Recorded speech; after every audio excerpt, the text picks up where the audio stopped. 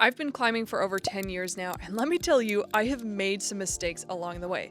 I may have even wasted my first year of climbing, but those mistakes have taught me some valuable lessons that I wish I knew when I first started out. Come on. Don't be me a decade ago. Avoid these same mistakes and level up your climbing game. I just found out that this climbing gym has a very unique benefit. A time portal that can only be unlocked by finishing this route using special beta. I'm taking you with me back in time to watch my younger self make all the mistakes so you can avoid them. But I have to be careful. If my past self sees me, it could destroy all of time and space, or worse, a time war. All right, let's get to that portal.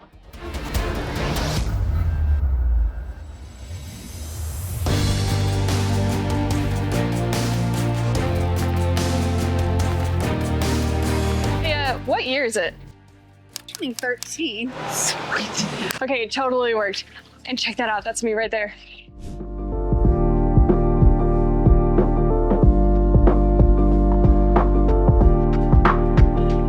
I started getting comfortable climbing on small, crimpy holds. These types of climbs usually afforded me the most control over my body with less risk of falling because they were super static.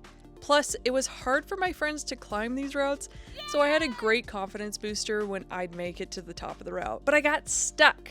I couldn't climb any routes harder than a V3. It was so frustrating. A huge mistake I made was focusing on the grade of the route instead of the skills and movement of climbing.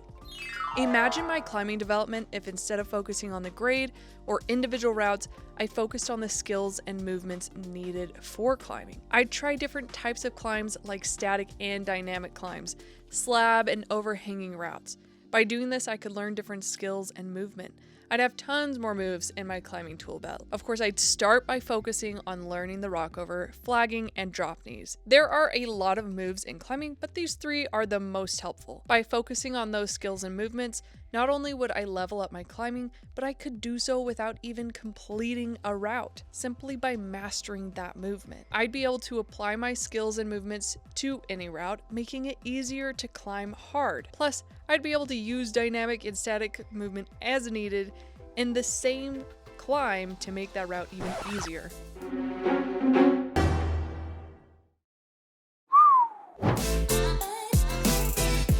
There have been many occasions, especially in my first year of climbing, where I projected on a route and just by chance and the literal scraping of my fingernails against the hold, I made it to the end of the route. I was afraid that if I tried again, I wouldn't make it to the top, and thus it would be a failed climb instead of a finished route. A huge mistake I made was limiting what I learned on each route by only climbing once. Imagine my climbing development if I repeated each climb and tried to make it better and better each try. I might skip holds or even just moving my hips better so I could keep my arms straight. By repeating the route, I can hone in on the movement skills and become more confident with my climbing as a whole.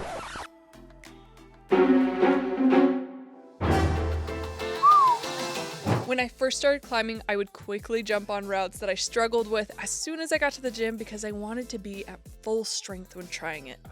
Excuse me, can I get a bigger pair of shoes? Yeah, sure. It didn't take long for me to start feeling pumped early in the climbing session and being too tired or sore to keep climbing. To make things worse, I started to develop finger, elbow, and shoulder issues. It was not a good combo. A huge mistake I made was climbing on cold and inactive muscles while also ignoring recommendations from more experienced climbers to build additional muscles that would prevent injuries. The bigger pair of shoes. Yeah, they're in the bathroom. You should. Imagine my climbing development if I started my climbing sessions by activating and warming up the muscles I use while climbing, and then ending the session with simple workouts that would prevent future injuries. During the warm-up, I'd activate and warm up the muscles needed for climbing, which would help me better engage the muscles and actually use them to my benefit. Plus, help prevent getting pumped so I would be able to climb longer and harder. Plus, I would have prevented the injuries that stopped me from climbing and resulted in loss of progress and strength. Did you say you need a bigger parachute? Yeah, I can definitely do that. My now wife Meg encouraged me to start bouldering to help overcome my fear of falling after a horrible outdoor rope climbing accident. I thought that bouldering would be less scary because you don't climb as high, and I may have been onto something, but I still got really scared. In fact, sometimes I'd even climb down a route instead of taking the risk of falling by making those hard moves. Imagine my climbing development if I learned to build confidence in myself by developing strength, coordination, and technique to make the movements in the first year of climbing. I would be a big fat liar if I suggested that I have totally overcome my fear of falling, and falling isn't really scary to this day. But recently I learned a secret that has helped me make big moves even when I'm afraid and want to come down. Whenever I get scared, I review the next move and compare my abilities. I know I can twist my toe that way and push up on my leg this way and make the move. And then I do it. It doesn't always work, but this has been a huge breakthrough for me with a lot of my recent sins.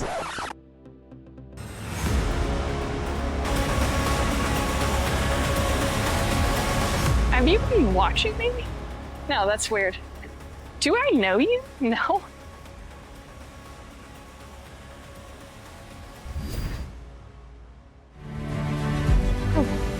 Oh, what year is it? 2023? Sweet, okay. Not any like Time Wars or anything like that, right? That's not funny. Learn from my mistakes, and let's get comments going. What mistakes have you made so we can avoid them altogether? Thanks so much for watching, and enjoy sending. Do it again. Hey, what year is it? I don't know, 2023, I'm hoping. I really am not sure. That's Okay. kind of a weird question. Say 2013. You are totally fine. Yeah, I don't know what that is. Let me try that again. How about that?